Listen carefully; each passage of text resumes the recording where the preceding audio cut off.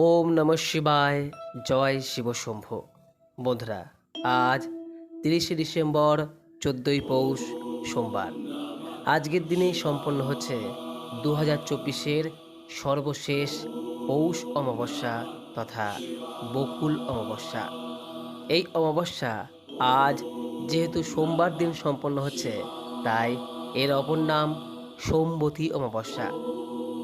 সোমবতী অমাবস্যার দিনে ভগবান শিবের উদ্দেশ্যে পূজা নিবেদন করার কথা বলা হয়, শিবলিঙ্গে জল অর্পণ করার কথা বলা হয়। তাই আজ যদি সম্ভব হয়, অবশ্যই শিবলিঙ্গে সামান্য গঙ্গা জল বা বিশুদ্ধ জল, দুধ, বেলপাতা, একটি ফুল এবং কালো তিল নিবেদন করুন। তারপর নতুন বছরে আপনি যে বিষয়টি মনে প্রাণে চান তা বাবার নিকট ব্যক্ত করুন এবং সবশেষে সোমবতী অমাবস্যার এই ব্রত কথাটি শ্রবণ করুন।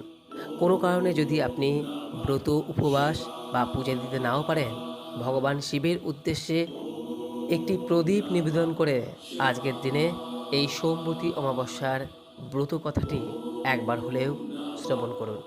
আশা করি দর্শক বন্ধুরা, এই ব্রত কথাটি শ্রবণ করে আপনাদের ভালো লাগবে। শুরু করছি সোমবতী অমাবস্যার সোমবারের শিব ব্রত কথা। ওম নমঃ শিবায়, ওম নমঃ শিবায়, ওম নমঃ শিবায়।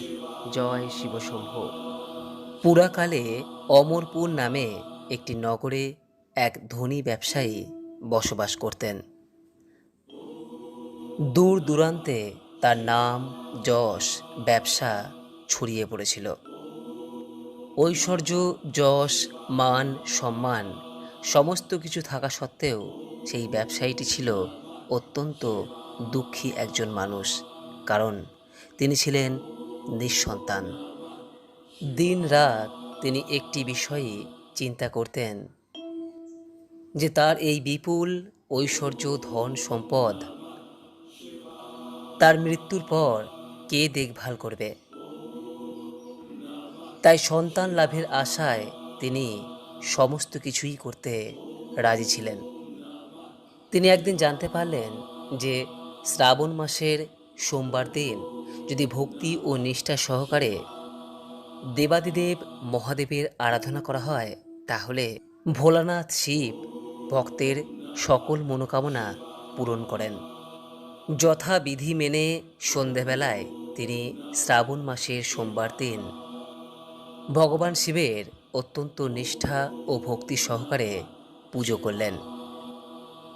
একবার নয়, শ্রাবণ মাসের প্রত্যেক সোমবার দিন তিনি বাবার পূজায় নিজেকে নিয়োজিত করলেন।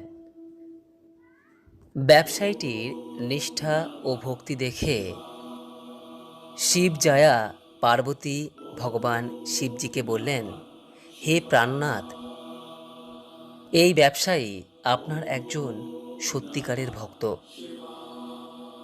শ্রাবণ মাসের প্রত্যেকটি সোমবার দিন সে যথাবিধি মেনে আপনার পুজো করছে। তাই এই ব্যবসায়ীর মনোকামনা আপনার অবশ্যই পূরণ করা প্রয়োজন।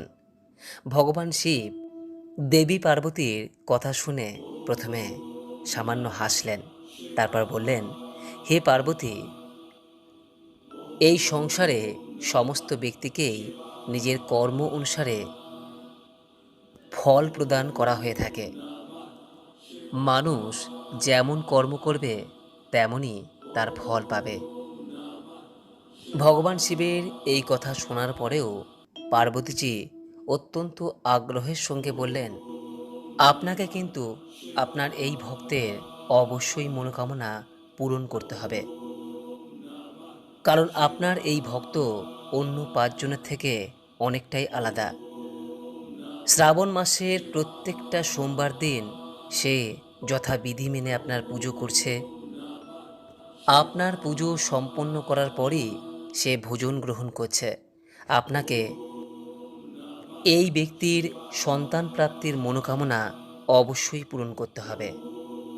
দেবী পার্বতীর এত আগ্রহ ও অনুরোধ দেখে ভগবান শিবজি না করতে পারলেন না। তিনি বললেন, ঠিক আছে, আমি এই ব্যবসায়ীটিকে সন্তান প্রাপ্তির বরদান করছি, কিন্তু তার এই সন্তান 16 বছরের অধিক জীবিত থাকবে না। শ্রাবণ মাসের শেষ সোমবার ব্রত শেষ হওয়ার পর সেই ব্যবসায়ীটি সেই রাত্রেই ভগবান শিবের স্বপ্নে দর্শন করলেন। স্বপ্নে ভগবান শিবজি তাকে পরিষ্কার করে জানালেন যে তাকে পুত্র সন্তানের বরদান তিনি করছেন, তবে তার এই পুত্র 16 বৎসর পর্যন্ত কেবল জীবিত থাকবে। ভগবান শিবের কাছ থেকে এই বরদান পেয়ে ব্যবসায়ী খুশি তো হলেন, তবে পুত্র যেহেতু অল্পায়ু নিয়ে জন্মগ্রহণ করবে তার জন্য চিন্তিত হলেন। বেশ কয়েক মাস পর তার একটি ফুটফুটে সুন্দর পুত্র সন্তান জন্ম নিল। ব্যবসায়ীটির ঘর খুশিতে ভরে গেল। যথেষ্ট ধুমধামের সঙ্গেই এর জন্য উৎসবের আয়োজন করা হলো, কিন্তু ব্যবসায়ীটি খুব একটা খুশি ছিলেন না, কারণ তার এই পুত্র যে অল্পায়ু হিসেবে জন্মগ্রহণ করেছেন সে কথা তিনি এতদিন পর্যন্ত রহস্যই রেখেছেন। আর ঘটনাচক্রে সেই পুত্র সন্তানের নামকরণ করা হলো অমর নামে। ছোটবেলা থেকেই তাকে দান, ধ্যান, তপ এবং পুজো অর্চনা শেখানো হলো। আর ব্যবসায়ীটি প্রত্যেক বছর শ্রাবণ মাসের সোমবারের ব্রতের সঙ্গে সঙ্গে 16 সোমবার ব্রত রাখতে শুরু করলেন। এরপর ব্যবসায়ীটির ছেলে অমরের বয়স যখন 12 বৎসর হলো, তখন ব্যবসায়ীটি তাকে শিক্ষা প্রদানের উদ্দেশ্যে তার মামার সঙ্গে বারাণসীতে পাঠালেন এবং যাবার সময় বলে দিলেন যে স্থানেই শিব মন্দির দেখতে পাবে সেখানে ভগবান শিবের পুজো করবে এবং ওই স্থানে দীন দুঃখী মানুষ এবং ব্রাহ্মণকে ভোজন করাবে। এইভাবে মামা ভাগ্নে বারাণসীতে যাওয়ার পথে একটি নগরে প্রবেশ করল। যেদিন প্রবেশ করল সেই দিন সেই নগরের রাজার মেয়ের বিয়ে। তবে যে রাজার ছেলে সেই মেয়েকে বিয়ে করতে এসেছে সেই রাজার ছেলের এক চোখ ছিল অন্ধ, আর এই বিষয়টি সে গোপন রেখেছিল। পথের মধ্যে সেই ব্যবসায়ীটির সুন্দর ছেলেটিকে দেখতে পেয়ে সেই রাজার এক কুবুদ্ধি জাগ্রত হলো। সে মনে করল তার এই অন্ধ ছেলের পরিবর্তে সে এই ব্যবসায়ীটির ছেলেটিকেই নিজের ছেলে হিসেবে পরিচয় দেবে। তারপর বিবাহ শেষ হয়ে গেলে সেই ব্যবসায়ীটির ছেলেটিকে তাড়িয়ে দিয়ে সেই রাজ্যের রাজার মেয়েটিকে নিজের রাজ্যে নিয়ে যাবে।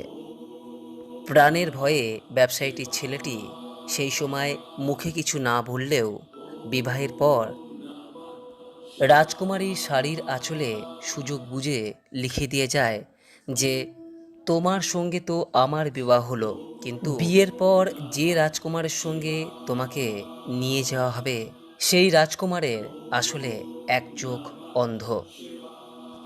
আমি তো বারাণসীতে শিক্ষা গ্রহণ করতে যাচ্ছি। বিবাহ সম্পন্ন হওয়ার পর পরের দিন সেই ব্যবসায়ী পুত্রকে তাড়িয়ে দেওয়া হয়, কিন্তু রাজকুমারী যেহেতু আসল সত্য জেনে ফেলেছে তাই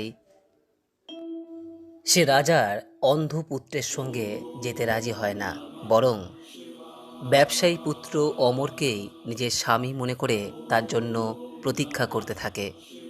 অন্যদিকে অমর এবং তার মামা শেষ পর্যন্ত বারাণসীতে উপস্থিত হয়।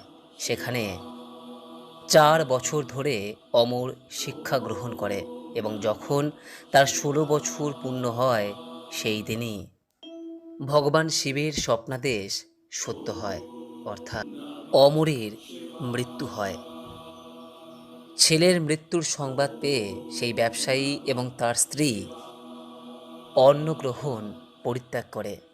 এই ঘটনায় শিবজায়া পার্বতী অত্যন্ত শিবের প্রতি ক্রুদ্ধ হন। তিনি ভগবান শিবের উদ্দেশ্যে বলেন, যে ব্যক্তি আপনার সারা জীবন ধরে নিষ্ঠা ও ভক্তি সহকারে পুজো করল, যার পুত্র একইভাবে আপনাকে পুজো করে আসছে তার প্রতি আপনি এইরূপ বিরূপ হলেন কিভাবে? ভগবান শিবজি বললেন, এ তো বিধির বিধান, যা হওয়ার তা হবেই।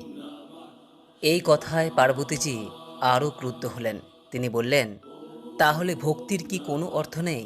এরপর থেকে তো কোনো ব্যক্তি আর ভক্তির প্রতি বিশ্বাস রাখবে না। ভগবান শিবজি দেবী পার্বতীর এইরূপ আগ্রহ দেখে শেষ পর্যন্ত সেই ব্যবসায়ীর পুত্র অমরকে জীবিত করলেন। ব্যবসায়ীর পুত্র অমর শিক্ষা সমাপ্ত হওয়ার পর যখন নিজের বাড়ি ফিরতে শুরু করলেন, সেই সময় পথের মধ্যে সেই প্রতীক্ষারত রাজকুমারী এবং রাজার বিপুল ধন সম্পদ নিয়ে নিজের নগরে প্রবেশ করলেন। ভগবান শিবজি সেই ব্যবসায়ীটির আবার স্বপ্নে দেখা দিলেন এবং দেখা দিয়ে বললেন, তোমার ভক্তি ও নিষ্ঠায় আমি প্রসন্ন হয়েছি, তাই বিধাতার বিধির লিখন শেষ পর্যন্ত আমাকে বদলাতে হয়েছে। তোমার মতনই এইরূপ কোনো ব্যক্তি যদি আমার প্রতি পূর্ণ বিশ্বাস রেখে নিষ্ঠা ও ভক্তি সহকারে ব্রত রাখে, তাহলে নিশ্চিত রূপেই তার মনের অভীষ্ট ইচ্ছা পূরণ হবে।